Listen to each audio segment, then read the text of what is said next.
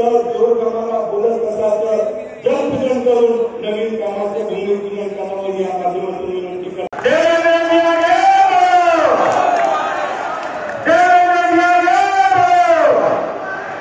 भारत माता की जय, भारत माता की जय, छत्रपती शिवाजी महाराज की जय, जय श्री राम, जय श्री राम, जय जय श्री राम, जय श्री राम।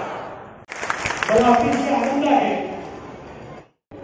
ज्याच्या जलपूजनाकरता मी या ठिकाणी येणार आहे आणि त्यासोबत आपण हातेवाला उपसा सिंचन 2 यालाही